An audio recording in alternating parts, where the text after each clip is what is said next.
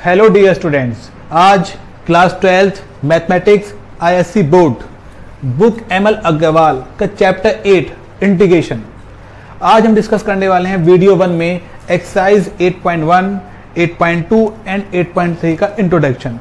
Okay, आइए देखिए integration. Integration का सिंपल मीनिंग होता है समेशन। ओके, अब अगर मैं इसको आसान भाषा में आपको बताऊं कि होता क्या है समेशन, किस टाइप का समेशन होता है। देखिए, अगर आप सीढ़ियों से नीचे से ऊपर जाएंगे और आपको फाइंड आउट करनी है टोटल हाइट, तो क्या कर देंगे आप? Height plus height plus height, तीनों को ऐड कर देंगे, क्या आ जाएगी? आपकी टोटल हाइट आ जाएगी। ये सिंपल हो गया। अगर आप टेढ़े मेढ़े रास्ते से नीचे से ऊपर जाएंगे, उस केस में जो हाइट मापने का मेथड होता है उसे बोलेंगे आप इंटीग्रेशन। क्लियर है कॉन्सेप्ट? किस टाइप का समेशन है इसको आप डिटेल में पढ़ने वाले हैं एप्लीकेशन ऑफ इंटीग्रल्स में। ठीक है, देखिए, अब इंटीग्रेशन को दो पार्ट में डिवाइड किया जाता है। First part indefinite integration, indefinite integration. इसका मीनिंग क्या होता है? इसका मीनिंग होता है reverse process of differentiation. Reverse process of differentiation, या इसको बोल सकते हैं आप एंटी डेरिवेटिव।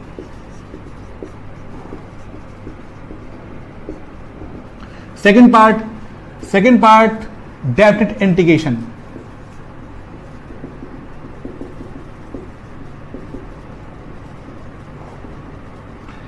इसका मीनिंग क्या होता है? Process of summation.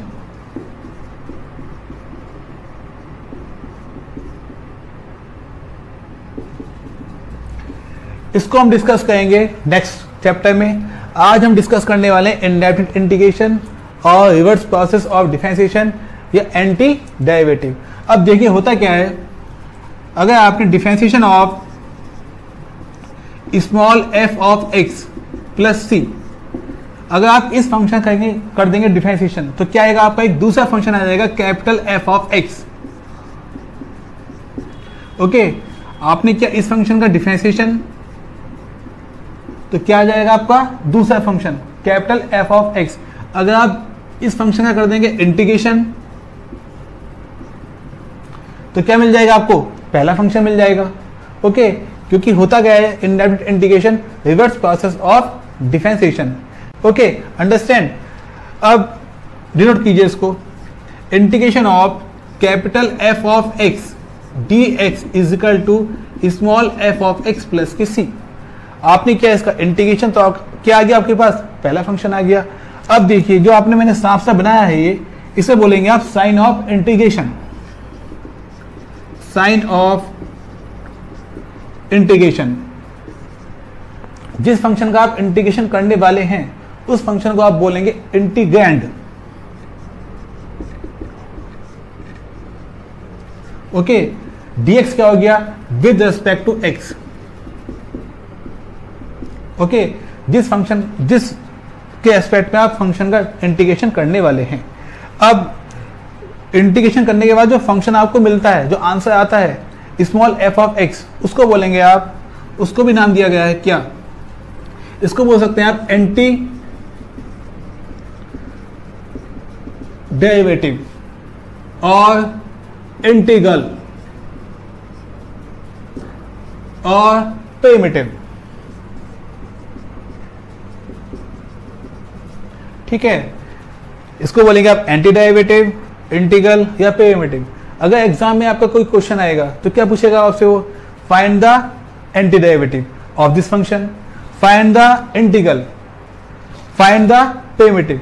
तो आपको पता होना चाहिए कि आपसे पूछ क्या है। वो क्या पूछेगा आपसे? इंटीग्रेशन। ओके, तीन इसके नाम होते हैं। अब सी को क्या बोलेंगे आप? Constant of integration.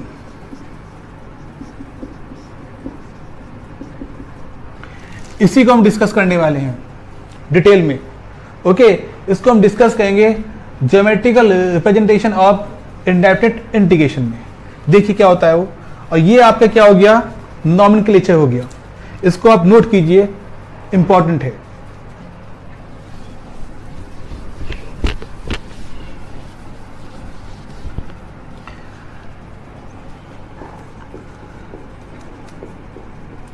Geometrical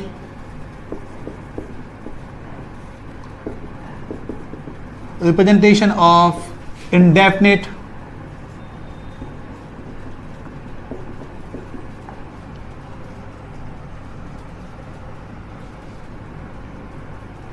integration. Okay, देखिए अगर आपने इंटीग्रेशन ऑफ 2x dx क्या आ जाएगा आपका एक्स स्क्वायर प्लस के c आ जाएगा। अगर आपने 2x फंक्शन का किया इंटीग्रेशन तो क्या है आपका एक दूसरा फंक्शन आ गया एक्स स्क्वायर प्लस के सी। ओके, इतना सभी को पता है। अगर नहीं पता तो एक्स स्क्वायर का डिफरेंशिएशन क्या होता है आपका 2x, तो इसका रिवर्स प्रोसेस क्या हो जाएगा आपका, तो 2x का इंटीग्रेशन क्या आएगा आपका एक्स स्क्वायर आएगा। ओके, जैसे कि tan x का डिफरेंशिएशन sec स्क्वायर x और sec स्क्वायर x का इंटीग्रेशन क्या हो जाएगा tan x, sin x का डिफरेंशिएशन cos x और cos x का इंटीग्रेशन sin x, दोनों एक दूसरे क्या होते हैं, रिवर्स होते हैं। ठीक है, तभी मैंने बोला आपको इंडेफिनिट इंटीग्रेशन की डेफिनेशन होती क्या है, रिवर्स प्रोसेस ऑफ डिफरेंशिएशन, उसको आप याद रखेंगे। अब देखिए अगर मैं आपसे बोलूं, मैं आपसे पूछूं differentiation of x square plus के 0 कितना आएगा आपका 2x, differentiation of x square plus 1 कितना होगा 2x, क्योंकि कांस्टेंट टर्म क्या हो जाएगी आपकी 0 हो जाएगी, और एक्स स्क्वायर कितना आएगा आपका 2x, differentiation of x square plus के 2 कितना होगा आपका 2x, differentiation of x square minus 1 is equal to कितना आएगा आपका 2x ही आएगा। ठीक है, अब इसको नोट करते हैं इन कर्व को, x axis, y axis, origin. देखिए क्या लिखा है ये y is equal to x, ये लिखा है आपका एक्स स्क्वायर फंक्शन। अगर इसको रिप्रेजेंट करना है एक्सिस पे तो किसकी इक्वेशन है ये, y is equal to x square, ये इक्वेशन आएगी आपकी पैराबोला की। ठीक है, और इसका वर्टेक्स कहां लाई कर जाएगा, ओरिजिन पे। सेकेंड आपकी इक्वेशन है एक्स स्क्वायर प्लस 1, तो इसका वर्टेक्स शिफ्ट हो जाएगा +1 पॉजिटिव y एक्सिस पे, ये बन जाएगा इसका डायग्राम 1। ये लिखा है आपका एक्स स्क्वायर प्लस के 2, इसका वर्टेक्स शिफ्ट हो जाएगा +2 पॉजिटिव y एक्सिस पे, और लास्ट में लिखा है एक्स स्क्वायर माइनस 1, इसका वर्टेक्स शिफ्ट हो जाएगा आपका नेगेटिव y एक्सिस पे 1। ओके, क्या बन गई आपकी ये फैमिली बन गई। अब देखिए आपने इन अलग अलग फंक्शन का किया डिफरेंशिएशन, तो आपका क्या है आपका 2x आ गया। ओके, आपने डिफरेंशिएशन किया इस फंक्शन का तो आपका क्या आया 2x। अगर आप इसका कह देंगे क्या इंटीग्रेशन, तो क्या आना चाहिए आपके, ये फंक्शन आने चाहिए नहीं आने चाहिए, आएंगे ना। अब देखिए यहाँ पे आपने 2x का किया इंटीग्रेशन, तो ये आया आपका एक्स स्क्वायर प्लस के c, तो c यहाँ देखो कहीं तो 0 है, 1 है, 2 है, -1 है, मतलब c की अलग अलग वैल्यूज के लिए c की क्या वैल्यूज होंगी यहाँ पे, अलग अलग वैल्यूज होंगी। जब c की अलग अलग वैल्यूज होंगी तो फंक्शन भी क्या होंगे आपके ये अलग अलग होंगे। तो कहने का मतलब ये है कि इंडेफिनिट इंटीग्रेशन रिप्रेजेंट करता है फैमिली ऑफ कर्व को। ठीक है, इंडेफिनिट इंटीग्रेशन रिप्रेजेंट करता है फैमिली ऑफ कर्व को। लिखेंगे इसको आप फैमिली ऑफ कर्व्स को। ओके, अब क्लियर हो गया आपका। जब भी आपका इंटीग्रेशन का क्वेश्चन आएगा, सॉल्व करेंगे इसको, तो आंसर में आप क्या ऐड करते हैं, +c को ऐड करते हैं। अब क्लियर है ना आपका, +c को आप ऐड क्यों करते हैं, क्योंकि +c की वैल्यूज अलग अलग होती हैं, और जो रिप्रेजेंट करता है किसको रिप्रेजेंट करता है, वो फैमिली ऑफ कर्व की इक्वेशन को रिप्रेजेंट करता है। मैंने रिप्रेजेंट करके दिखा भी रखा है आपको, कॉन्सेप्ट क्लियर हो गया आपका। अब एक बात और देखिए, इसमें आपने इन सभी फंक्शन का किया डिफरेंशिएशन, तो क्या है आपके पास 2x। अगर आप किसी फंक्शन का करते हैं डिफरेंशिएशन तो क्या मिलता है उससे आपको, स्लोप ऑफ द टेंजेंट। अब यहाँ देखिए स्लोप ऑफ द टेंजेंट क्या होगी, सबकी सेम ही आएगी। तो कहने का मतलब ये है कि अगर आप x is equal to x0 एक लाइन ड्रॉ कर दी, और ये लाइन कट की आपको कर्व पे, तो जहां भी कट करेगी आप ड्रॉ कर दीजिए टेंजेंट, ये टेंजेंट हो जाएगी इसकी, ये टेंजेंट और ये टेंजेंट, ठीक है। अब ये देख रहे होंगे आप, इन टेंजेंट का स्लोप क्या होगा हमेशा, at x is equal to x nought पे जितनी भी टेंजेंट आपने ड्रॉ की हैं सबका स्लोप क्या आएगा आपका, सेम आएगा। लिख दीजिए यहाँ पे at x is equal to x nought slope of the tangent is same. Okay, note कीजिए, कॉन्सेप्ट इंपॉर्टेंट है काफी।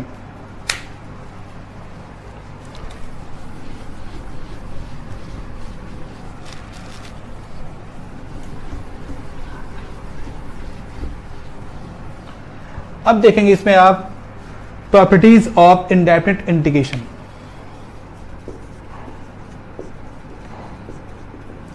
प्रॉपर्टीज ऑफ इंडेफिनिट इंटीग्रेशन क्या होती है। फर्स्ट, इंटीग्रेशन ऑफ के एफ एक्स डी एक्स, ठीक है।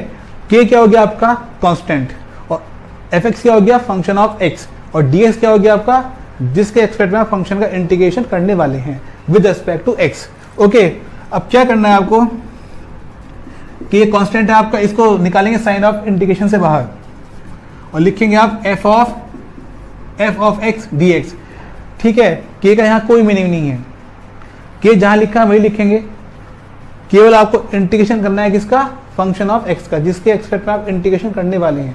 बाकी टाइम क्या हो जाएंगे आपकी कांस्टेंट, उसको रखेंगे आप साइन ऑफ इंटीग्रेशन के बाहर। फर्स्ट प्रॉपर्टी है ये। ओके, सेकंड क्या है आपका, अगर आपके बहुत सारे फंक्शन या एन फंक्शन एडिशन में भी हैं और सब्ट्रैक्शन में भी हैं, उस केस में क्या होगा, जैसे k1 f1x प्लस एडिशन होगा सब्ट्रैक्शन होगा, k2 f2x plus minus k3 f3x dash dash last में kn fnx और dx। ओके, तो सेकंड प्रॉपर्टी ये बोलती है कि आप इन फंक्शन का अलग अलग इंटीग्रेशन कर सकते हैं, इसका अलग इसका अलग। क्या हो जाएगा, अब k1 तो है कांस्टेंट, k1 को निकालेंगे साइन ऑफ इंटीग्रेशन से बाहर रखेंगे, तो k1 f1x dx plus minus k2 sign of integration के बाहर और f2x dx plus minus dash dash kn integration of f ऑफ x n और ये dx, ठीक है। सेकेंड प्रॉपर्टी का आपको मतलब समझ में आ गया। इसका मीनिंग क्या है कि जितने फंक्शन आपके एडिशन या सब्ट्रैक्शन में दे रखे हैं उनका आप अलग अलग इंटीग्रेशन कर सकते हैं with the help of second property. Note कीजिए इसको भी। अब देखिए आप स्टैंडर्ड फॉर्मूले।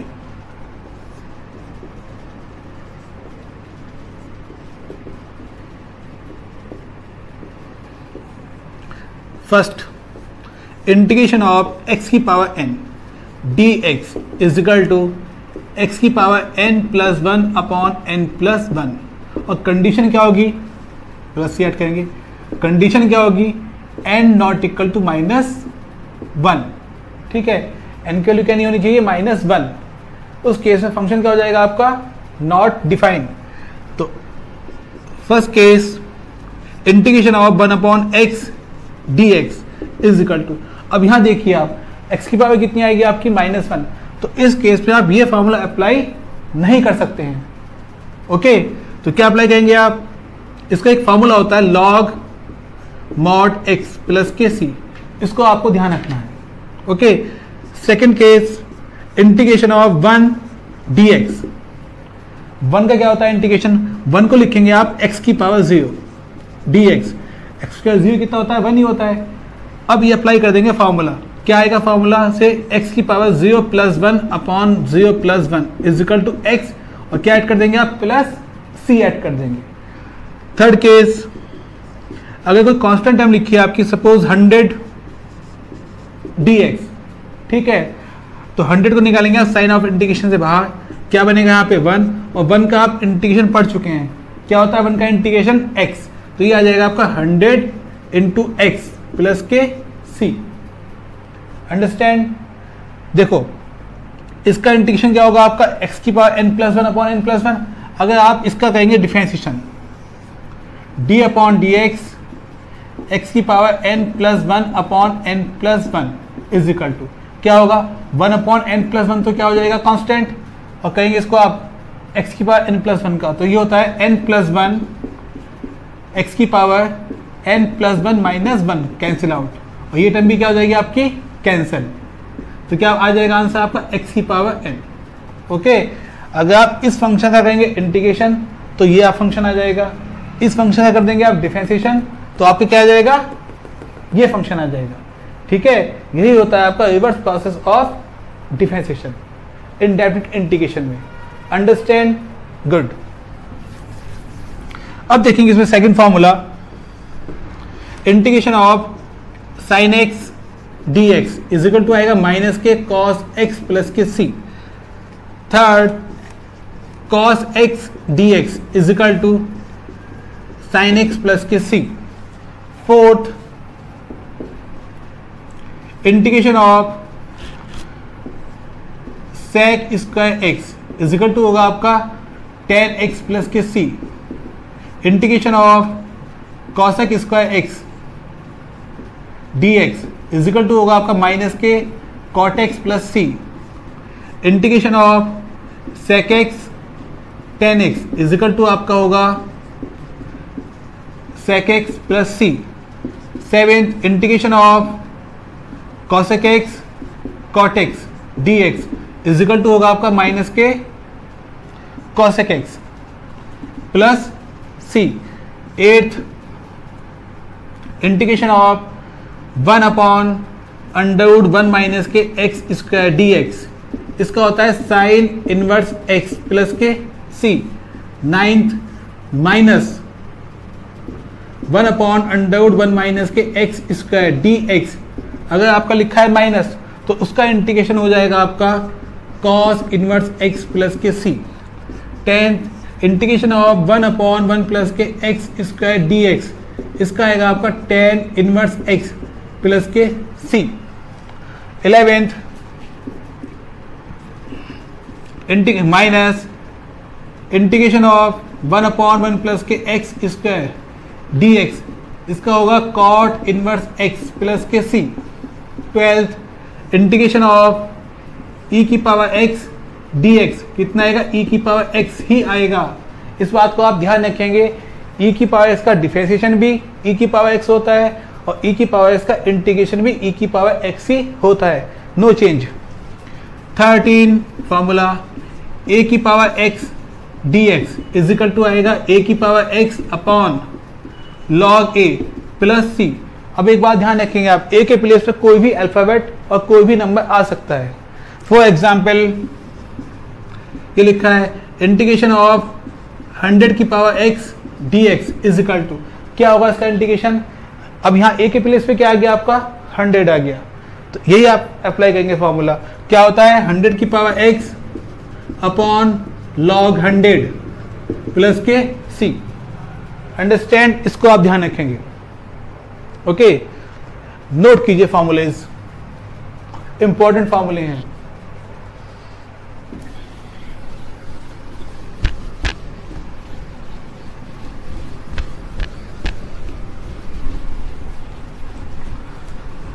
अब इसमें एक मेथड आता है, method of substitution.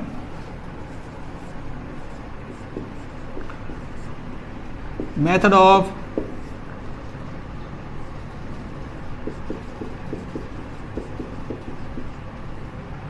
Substitution. Okay, क्या होता है ये, देखिए integration of a x plus b की whole power n d x. अब यहां आपने जो फॉर्मूला पढ़ा है इंटीग्रेशन में, आपने पढ़ा है एक्स की पावर एन का इंटीग्रेशन होता है, क्या है वो एक्स की power N plus one upon N plus one, जबकि यहाँ एक्स के प्लेस पे क्या आ गया, एक लीनियर फंक्शन आ गया ए एक्स प्लस बी। इस बात को आप ध्यान रखेंगे, जितने आपने स्टैंडर्ड फॉर्मूले पढ़े हैं, अगर वहां पे एक्स के प्लेस पे कोई लीनियर फंक्शन आ जाता है, ठीक है, तो उसको आप इंटीग्रेट कैसे करेंगे, देखिए आप कॉन्सेप्ट, इसको आप फंक्शन को लेट कर लेंगे आप ए एक्स प्लस बी को लेट करेंगे आप टी। ओके, अब क्वेश्चन क्या हो गया आपका, आई इज इक्वल टू, ठीक है, क्वेश्चन हो जाएगा आपका t की पावर n, ठीक है। अब फंक्शन आपका t का हो गया, तो यहां भी क्या आना चाहिए आपका dt आना चाहिए, क्योंकि आप t के एक्सपेक्ट में कर सकते हैं t फंक्शन का इंटीग्रेशन। तो आपका जो मेन काम है क्या है कि आप dx की वैल्यू फाइंड आउट करोगे इन टर्म्स ऑफ dt। वो कैसे निकाल पाओगे आप, देखिए इसकी हेल्प लेंगे आप, जहां आपने लेट किया हुआ है यहां कर देंगे आप differentiation of with respect to x on the both side. Okay, कीजिए आप LHS में, a आपका कांस्टेंट हो गया, x का हो गया 1 और b का होता है 0 डिफरेंशिएशन, और t का कितना आएगा dt अपॉन dx। तो dx is equal to dt upon a। देखिए dx के लिए आ गया आपके इन टर्म्स ऑफ dt, यहां रखेंगे आप dx की प्लेस पे, तो 1 अपॉन ये कांस्टेंट, इसको साइन ऑफ इंटीग्रेशन के बाहर लिखेंगे और dt। अब ये क्वेश्चन आपका फॉर्म में आ गया, कौन सी फॉर्म में आ गया, स्टैंडर्ड फॉर्म में। अब आप यहाँ अप्लाई कर सकते हैं फॉर्मूला, ठीक है। तो 1 अपॉन ए टी की power n plus 1 upon n plus 1 is equal to, एक बात का आप ध्यान रखेंगे, t को आपने लेट किया हुआ है तो t की वैल्यू आप पुट कर देंगे। t की वैल्यू क्या लिखी है, ए एक्स प्लस बी रखेंगे आप आंसर में, तो 1 अपॉन ए इंटू एन प्लस 1, तो ए एक्स प्लस बी की होल पावर n प्लस 1 और प्लस सी ऐड करना ना भूलें आप। एक एग्जाम्पल और बताता हूं मैं आपको, example integration of 1 upon 1 plus 2x plus के 5 का होल स्क्वायर और dx, ठीक है।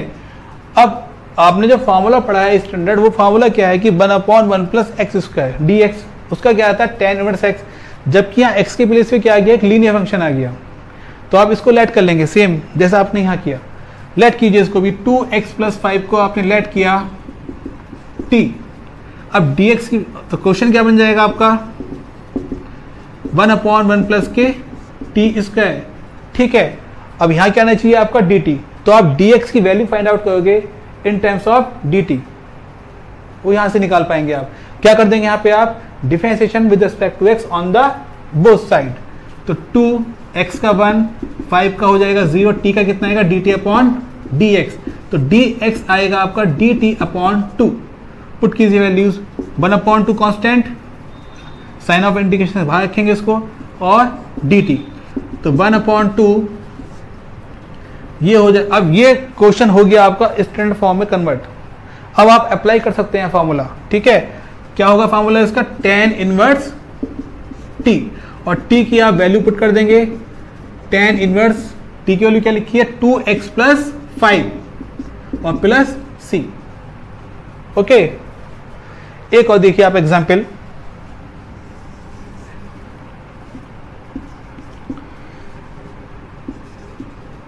Integration of 1 upon 1 plus x upon 2 का होल स्क्वायर dx, ठीक है। अब देखो यहाँ पे x नहीं लिखा, क्या लिखा है, x अपॉन 2 लिखा है, ठीक है। तो इसको भी आप लेट करेंगे और कन्वर्ट करेंगे स्टैंडर्ड फॉर्म में, उसके बाद करेंगे इसका इंटीग्रेशन। तो x अपॉन 2 को आपने लेट किया t,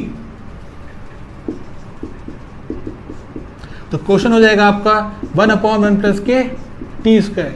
अब dx को निकालो dt के टाइम में, कर देंगे यहाँ पे क्या, differentiation with respect to x on the both side, 1 upon 2 constant, x का 1 और t का कितना आएगा dt अपॉन dx, तो dx आ गया आपका 2 dt, ठीक है। 2 कॉन्स्टेंट है, बाहर निकालिए इसको और यहाँ लिखेंगे आप dt। अब देखिए आपका क्वेश्चन कन्वर्ट हो चुका है स्टैंडर्ड फॉर्म में। अब आप यहाँ अप्लाई कर सकते हैं फॉर्मूला इंटीग्रेशन का, ठीक है। 1 अपॉन 1 प्लस के टी स्क्वायर dt क्या होता है आपका tan इनवर्स t, और t की आप वैल्यू पुट कर देंगे x अपॉन 2 प्लस के c, ठीक है। क्लियर है आपको कॉन्सेप्ट, ठीक है। सब्स्टिट्यूशन आप और भी पढ़ने वाले हैं, ये आपका केस 1 है,